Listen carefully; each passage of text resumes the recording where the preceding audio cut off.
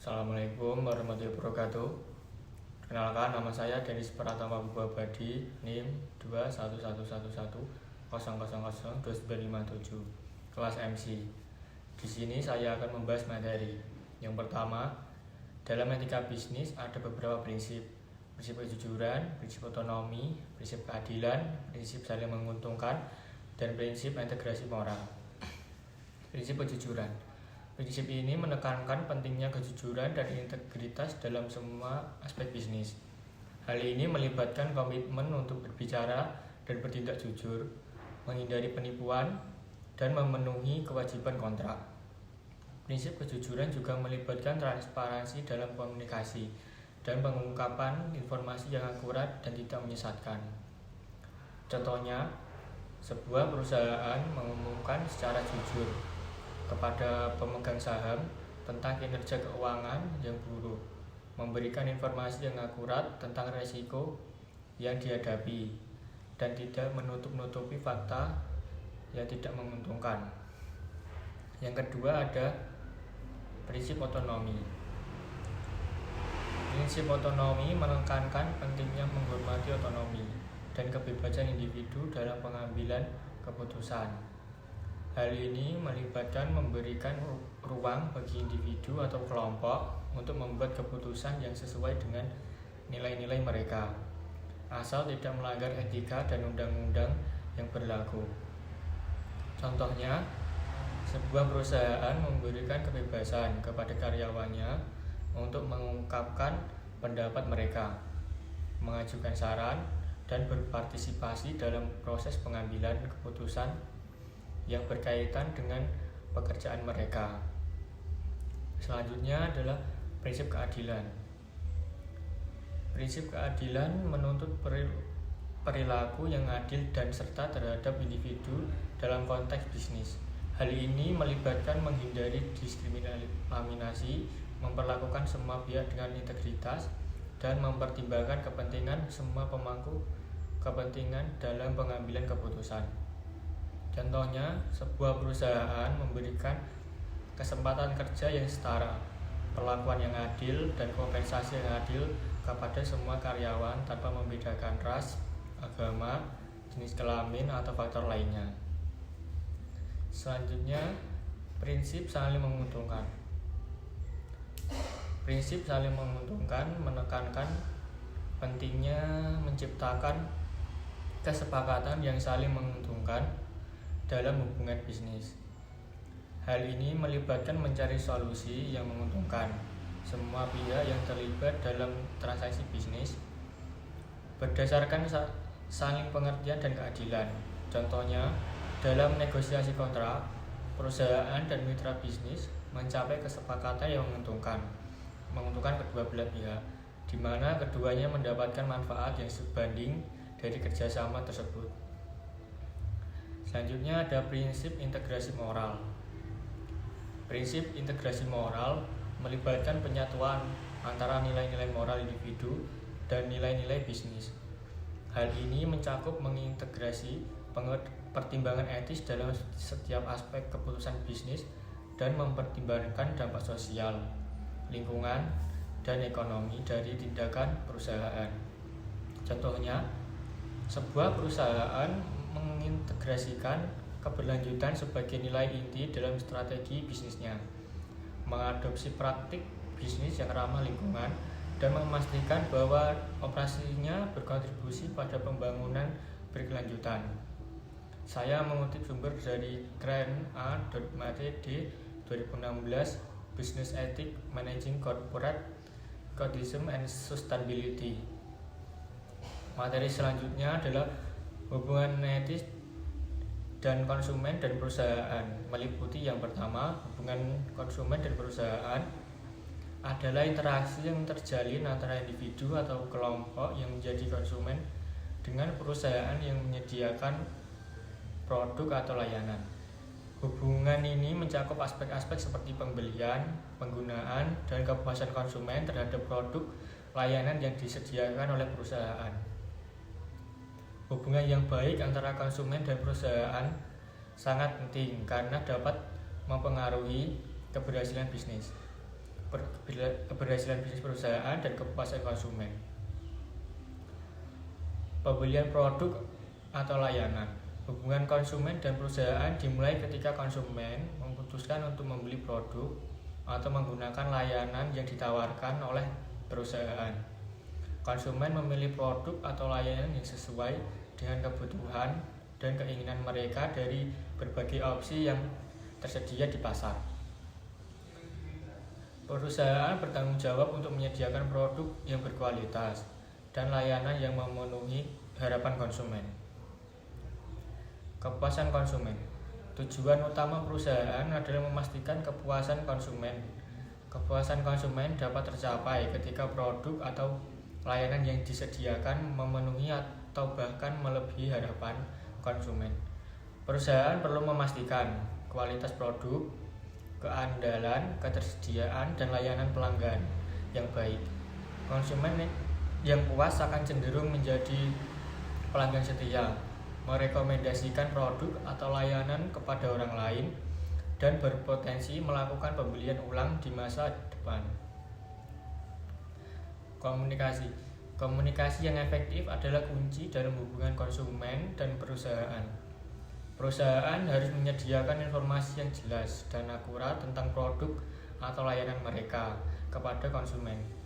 Ini mencakup informasi tentang fitur, manfaat, harga, kebijakan garansi, dan kebijakan pengembalian. Konsumen juga perlu memiliki kemudahan dalam menghubungi perusahaan untuk mengajukan pertanyaan, memberikan umpan balik, atau mengatasi masalah. Komunikasi yang baik memungkinkan perusahaan memahami kebutuhan konsumen dan memberikan tanggapan yang memadai. Dukungan pelanggan. Perusahaan perlu menyediakan dukungan pelanggan yang baik untuk membangun hubungan yang kuat dengan konsumen. Dukungan pelanggan mencakup pelayanan purna jual, penyelesaian masalah, dan penanganan keluhan. Perusahaan harus merespon dengan cepat dan efektif terhadap pertanyaan dan keluhan konsumen. Dukungan pelanggan yang baik dapat memperkuat kepercayaan konsumen dan membantu mempertahankan hubungan jangka panjang dengan perusahaan. Selanjutnya ada inovasi dan respon terhadap kebutuhan konsumen. Perusahaan yang berhasil terus berinovasi dan menyesuaikan diri dengan kebutuhan dan preferensi konsumen akan mempertahankan hubungan yang baik. Perusahaan perlu terus melakukan riset pasar, memantau tren, dan mengumpulkan umpan balik konsumen untuk mengembangkan produk atau layanan baru yang relevan dan menarik bagi konsumen. Respon yang cepat terhadap perubahan dan kebutuhan konsumen membantu perusahaan tetap kompetitif dan mempertahankan kepuasan konsumen. Dalam kesimpulannya, hubungan konsumen dan perusahaan melibatkan pembelian, penggunaan, dan kepuasan konsumen terhadap produk atau layanan yang disediakan oleh perusahaan. Hubungan yang baik ditandai oleh kepuasan konsumen, komunikasi yang efektif, dukungan pelanggan yang baik, inovasi, dan respon terhadap kebutuhan konsumen. Perusahaan perlu berfokus pada memahami dan memenuhi kebutuhan konsumen serta menjaga hubungan yang saling menguntungkan dengan mereka untuk mencapai kesuksesan jangka panjang. Saya mengutip sumber dari Farrell O.C. Fredins dan J. Farrell L. 2018 Business Ethics, Ethical Decision Making dan Cases. Selanjutnya adalah pelayanan yang bertanggung jawab. Dalam menyediakan sebuah produk, produsen memiliki sebuah kepentingan untuk memberikan jaminan dan tanggung jawab kepada konsumen. Beberapa contoh mendasar misalnya, seorang konsumen dalam membeli sebuah produk elektronik seperti telepon seluler, kewajiban produsen adalah memberikan jaminan bahwa produk yang dikeluarkan sudah melalui serangkaian uji coba dan sudah siap digunakan. Garansi produk sudah siap digunakan. Garansi produk juga penting untuk menjamin layanan purna jual terhadap produk tersebut. Hal ini untuk memberikan rasa aman bagi konsumen terhadap kemungkinan kesalahan produksi terhadap produk yang sudah dibeli. Menurut Panji Cipto dalam bukunya yang berjudul Prinsip Total Quality Service mengatakan bahwa ada 3 kunci dalam memberikan pelayanan pelanggan yang unggul. Pertama, kemampuan memahami kebutuhan dan keinginan pelanggan. Kedua, pengembangan dibatasi yang lebih akurat daripada pesaing. Yang ketiga, pemanfaatan informasi-informasi yang diperoleh dalam riset pasar atau dalam suatu kerangka strategi. Kualitas pelayanan merupakan salah satu faktor yang menentukan kepuasan pelanggan. Ada 2 faktor yang utama yang mempengaruhi kualitas pelayanan, yaitu expected service dan preference. Apabila pelayanan yang diterima atau dirasakan sesuai dengan yang diharapkan, maka kualitas yang dipersepsikan baik dan memuaskan. Jika pelayanan yang diterima melebihi harapan pelanggan, maka kualitas pelayanan dipersepsikan sebagai kualitas pelayanan yang ideal. Dan pelayanan yang diterima lebih rendah daripada harapan pelanggan, maka kualitas pelayanan dipersepsikan buruk. Dengan demikian, baik tidak kualitas pelayanan tergantung pada kemampuan penyediaan layanan dalam memenuhi harapan pelanggannya. Secara konsisten, para Suraman dan Zaid dan Berry seperti dikutip oleh Bilson Simaromo, ada beberapa kualitas jasa pelayanan. Berikut ini akan memberikan jawaban terhadap jasa pelayanan terhadap 5 faktor utama penentu kualitas pelayanan. Kelima, dimensi tersebut dijadikan pedoman untuk mengetahui kualitas pelayanan. Di antaranya adalah tangible atau bukti nyata, yaitu kemampuan suatu perusahaan dalam menunjukkan eksistensinya kepada pihak eksternal. Penampilan dan kemampuan sarana dan prasarana fisik perusahaan dan keadaan lingkungan sekitarnya adalah bukti nyata dari pelayanan yang diberikan oleh pemberi jasa yang meliputi fasilitas fisik, yaitu gedung, gudang, dan lain sebagainya, perlengkapan dan peralatan yang dipergunakan atau teknologi, serta penampilan karyawannya. Yang kedua ada reliability atau keandalan, yaitu kemampuan yang memberikan pelayanan yang dijanjikan segera, akurat, dan memuaskan. Kinerja harus sesuai dengan harapan pelanggan, yang berarti ketepatan waktu, pelayanan yang sama untuk semua pelanggan tanpa kesalahan. Yang ketiga ada responsiveness atau ketanggapan, yaitu suatu kemampuan untuk membantu dan memberikan pelayanan yang cepat dan tepat kepada pelanggan dengan penyampaian informasi yang jelas.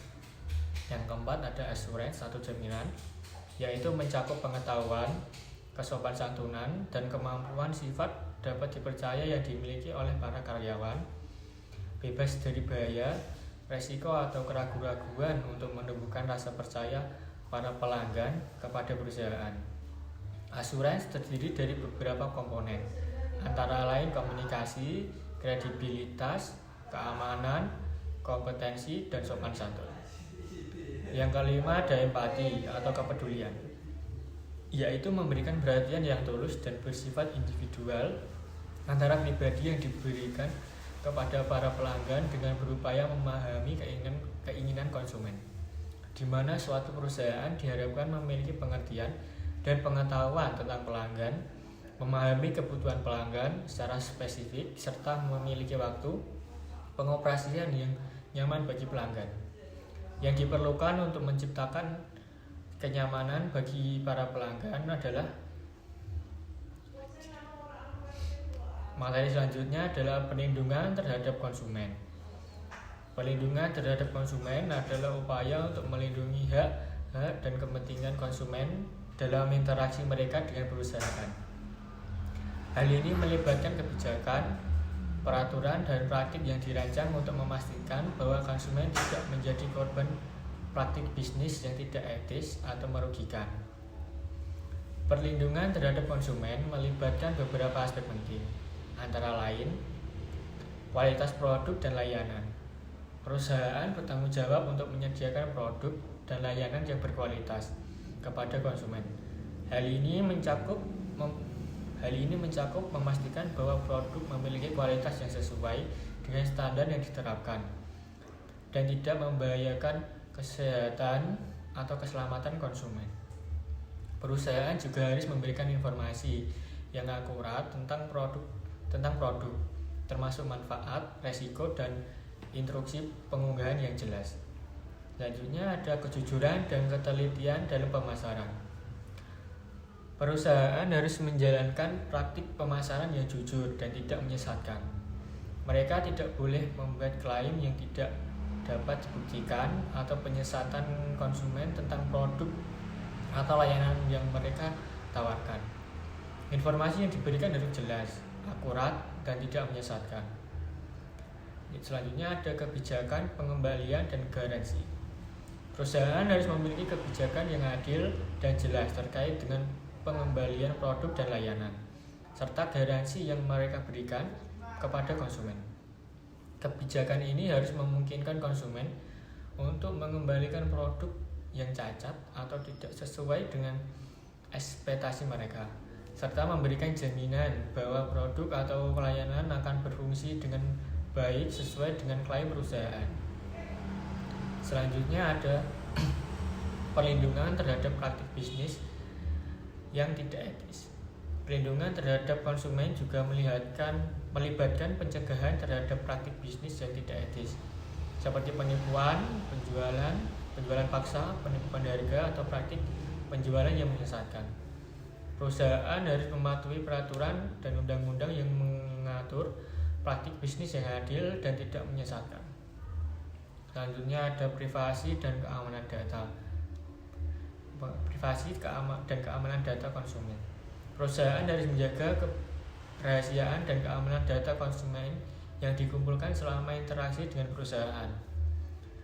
Mereka harus melindungi informasi bagi konsumen dari akses yang tidak sah atau penyalahgunaan, serta mematuhi regulasi privasi yang berlaku. Selanjutnya ada mekanisme penyelesaian sengketa. Perusahaan harus menyediakan mekanisme yang efektif untuk menyelesaikan sengketa atau keluhan konsumen. Ini berupa pusat layanan pelanggan yang responsif atau keterlibatan dalam program penyelesaian sengketa alternatif. Ada beberapa hal yang perlu diperhatikan dalam hubungan antara produsen dengan perusahaan. Atas keamanan. Yang pertama ada atas keamanan. Banyak produk mengandung resiko tertentu untuk konsumen, khususnya resiko untuk kesehatan dan keselamatan. Misalnya pestisida, obat-obatan, makanan, mainan anak-anak, kendaraan bermotor, dan alat kerja. Makanan bisa mengandung zat pengawet atau zat pewarna yang dapat merugikan kesehatan konsumen. Misalnya dapat menyebabkan penyakit kanker. Terjadinya kecelakaan lalu lintas juga tidak dapat dihindari apabila pengemudi tidak berhati-hati. Di sini produsen menciptakan sebuah kendaraan yang mampu untuk meminimalisir efek kecelakaan tersebut. Konsumen berhak atas produk yang aman, di mana produk tidak mengalami yang dinamakan cacat produksi, yang bahkan bisa membahayakan konsumen yang menggunakan produk tersebut. Yang kedua ada hak atas informasi konsumen. Konsumen berhak mengetahui segala informasi yang relevan mengenai produk yang dibelinya, baik bahan baku produksinya, cara pemakainya, dan juga resiko yang bisa ditimbulkan akibat menggunakan produk tersebut. Jika pengguna media promosi cetak dan iklan untuk menampilkan informasi tentang produk, maka informasi tersebut haruslah jelas dan tidak berbelit-belit. Yang ketiga ada hak untuk memilih. Dalam sistem ekonomi pasar bebas di mana kompetisi merupakan unsur hakiki, konsumen berhak untuk memilih antara berbagai produk dan jasa yang ditawarkan. Kualitas dan harga produk yang bisa berbeda, dan konsumen untuk memilih hak untuk membandingkannya dengan mengambil keputusan membeli. Yang keempat ada hak untuk didengarkan. Konsumen memiliki hak untuk menyampaikan pendapatnya mengenai produk yang dia konsumsi, terutama mengenai keluhannya terhadap produk bersangkutan. Hal ini berarti bahwa konsumen memiliki suara untuk menetapkan sejumlah regulasi kepada pemerintah mengenai apa saja yang terjadi, keharusan atau aturan yang harus diterapkan oleh produsen. Yang kelima ada hak lingkungan hidup. Melalui produk yang digunakannya, konsumen memanfaatkan sumber daya alam. Konsumen berhak tahu bahwa produk yang digunakan tidak memiliki dampak yang berbahaya bagi lingkungan sekitarnya, atau yang lebih dikenal dengan produk ramah lingkungan. Selain hak yang dikemukakan di atas, ada juga beberapa faktor penting yang harus diketahui tentang deskripsi produk. Materi yang selanjutnya adalah etika dalam mengambil keputusan perusahaan. Etika pengambilan keputusan terhadap individu dan kelompok. Etika dalam pengambilan keputusan mengacu pada prinsip-prinsip moral dan nilai-nilai yang digunakan untuk menentukan tindakan yang tepat dalam konteks bisnis. Ini melibatkan mempertimbangkan dampak keputusan terhadap berbagai pemangku kepentingan, termasuk individu dan kelompok yang terlibat dalam interaksi perusahaan. Ada dua aspek etika dalam pengambilan keputusan perusahaan yang perlu dipertimbangkan: etika pengambilan keputusan terhadap individu dan etika pengambilan keputusan terhadap kelompok. Yang pertama, etika pengambilan keputusan terhadap individu. Dalam konteks ini, etika berkaitan dengan cara perusahaan memperlakukan individu sebagai karyawan, pelanggan, atau pihak yang terpengaruh oleh keputusan perusahaan. Beberapa prinsip etis yang relevan dalam pengambilan keputusan terhadap individu meliputi: pertama, keadilan. Keputusan perusahaan harus adil dan memperlakukan individu dengan persamaan, tanpa diskriminasi berdasarkan ras, agama, jenis kelamin, atau faktor lainnya. Pekerja juga harus diperlakukan secara adil dalam hal kompensasi, kesempatan karir, dan perlakuan yang adil di tempat kerja. Yang kedua, kesejahteraan. Perusahaan harus mempertimbangkan kesejahteraan individu dalam pengambilan keputusan. Ini termasuk memastikan keamanan dan kesehatan kerja, menghormati hak asasi manusia, dan menghindari memaksakan keputusan yang merugikan individu secara pribadi atau profesional. Yang ketiga, privasi. Perusahaan harus menjaga privasi individu dan melindungi informasi pribadi mereka. Penggunaan data pribadi harus sesuai dengan undang-undang privasi yang berlaku dan harus ada kebijakan yang jelas tentang pengumpulan, penggunaan, dan penyimpanan data. Saya mengutip sumber dari Shaw W. H. dan Barry V. 2019, Moral Issue in Business, Cheng Learning. Pengambilan keputusan terhadap kelompok. Pengambilan keputusan perusahaan juga harus mempertimbangkan dampaknya terhadap kelompok pemangku kepentingan yang lebih luas, seperti masyarakat, lingkungan, dan industri. Beberapa prinsip etis yang relevan dalam pengambilan keputusan terhadap kelompok meliputi: yang pertama ada tanggung jawab sosial. Perusahaan memiliki tanggung jawab untuk berkontribusi pada kesejahteraan masyarakat dan menjalankan bisnis yang bertanggung jawab secara sosial. Ini meliputi pelestarian lingkungan, mendukung komunitas lokal, dan menghindari dampak negatif pada masyarakat. Yang kedua ada keberlanjutan. Perusahaan harus mempertimbangkan dampak jangka panjang dari keputusan bisnis mereka terhadap lingkungan dan sumber daya alam. Keputusan yang mendukung keberlanjutan ekonomi, sosial, dan lingkungan adalah hal penting untuk menjaga keberlanjutan jangka panjang. Yang ketiga ada kepatuhan regulasi.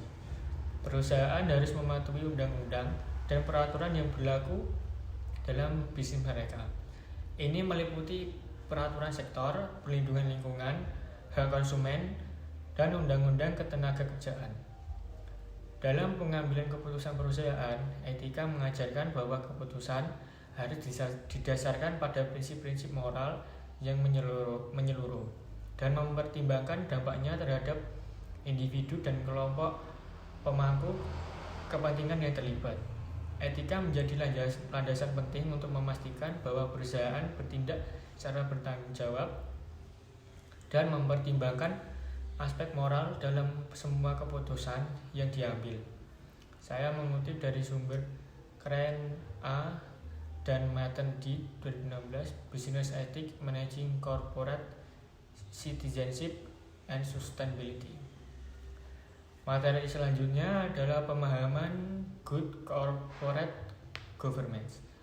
Prinsip-prinsip good corporate governance. Good corporate governance atau bisa disingkat GCG adalah konsep dan praktik yang berhubungan dengan perusahaan yang diatur dan dijalankan untuk mencapai tujuan yang berkelanjutan dan melindungi kepentingan para pemangku kepentingan atau stakeholder. GCG menekankan transparansi, akuntabilitas, tanggung jawab, keadilan, dan keberlanjutan dalam tindakan dan keputusan perusahaan. Pemahaman GCG mencakup beberapa prinsip kunci. Yang pertama, transparansi. Prinsip ini mengharuskan perusahaan untuk memberikan informasi yang jelas, akurat, dan tepat waktu kepada pemangku kepentingan. Transparansi memastikan bahwa informasi yang relevan dan penting tentang perusahaan, termasuk kinerja, keuangan, resiko, struktur kepemilikan, dan kebijakan, tersedia secara terbuka dan dapat diakses oleh pemangku kepentingan. Yang kedua ada akuntabilitas. Prinsip akuntabilitas menuntut perusahaan untuk bertanggung jawab atas tindakan dan keputusan yang diambil. Para pemangku kepentingan harus dapat mengevaluasi dan mengawasi kegiatan perusahaan. Perusahaan harus memiliki mekanisme yang efektif untuk melaporkan kinerja, memantau kepatuhan, dan mengatasi potensi pelanggaran. Yang ketiga ada tanggung jawab. Prinsip tanggung jawab mencakup tanggung jawab sosial dan lingkungan perusahaan.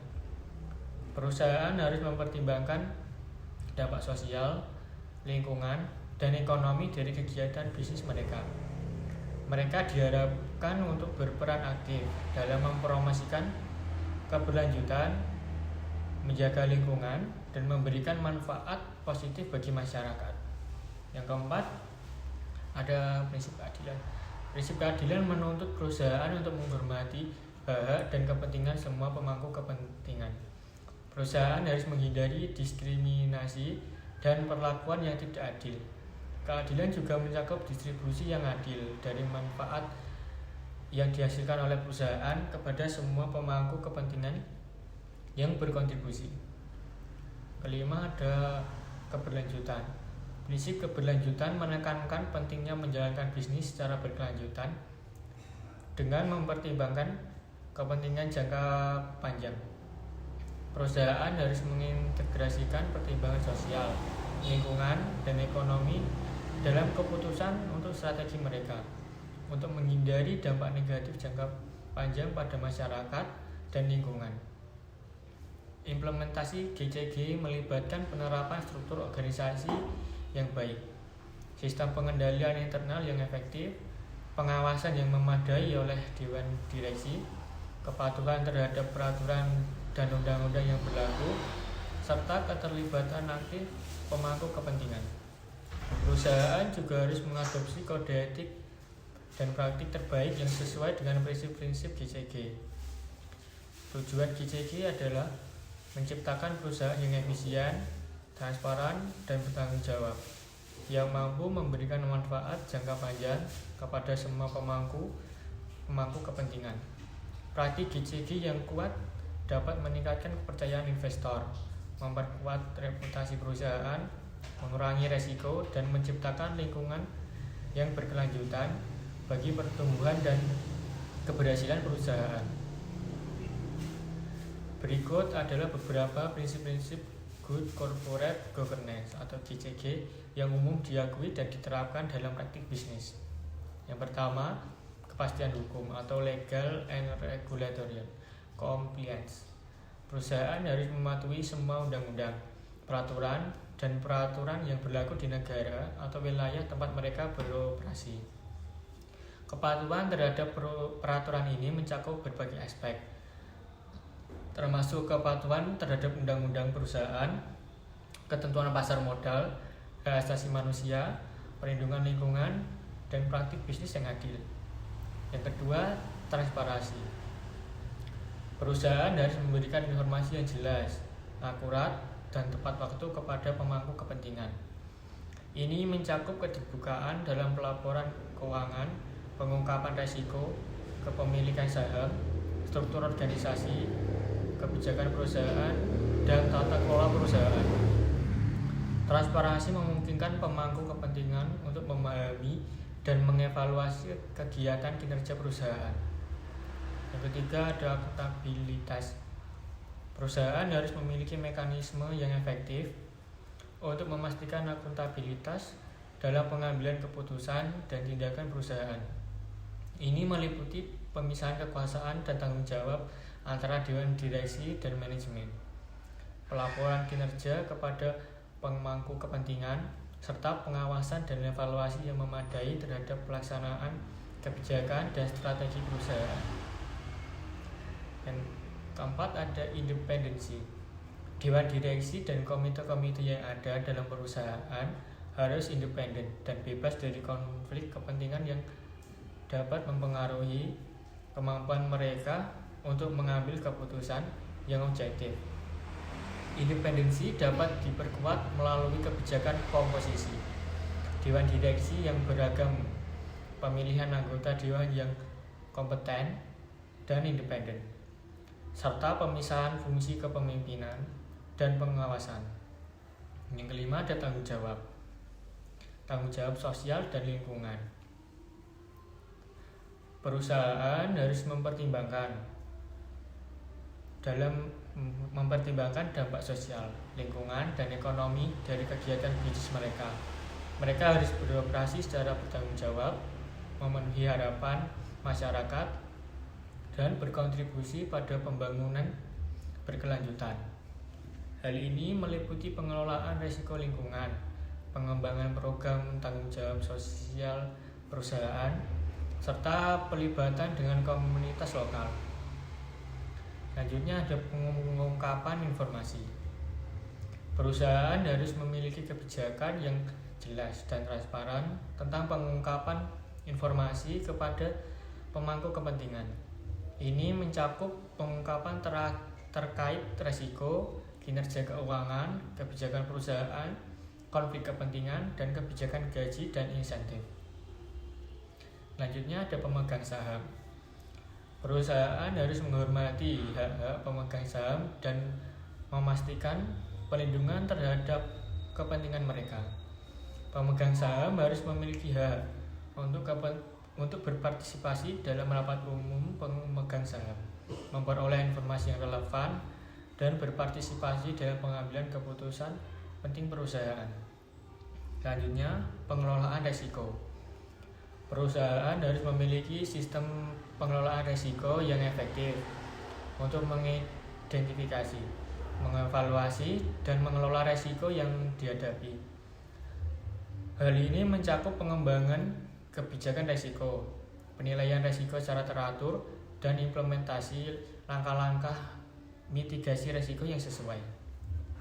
Selanjutnya, pembagian nilai.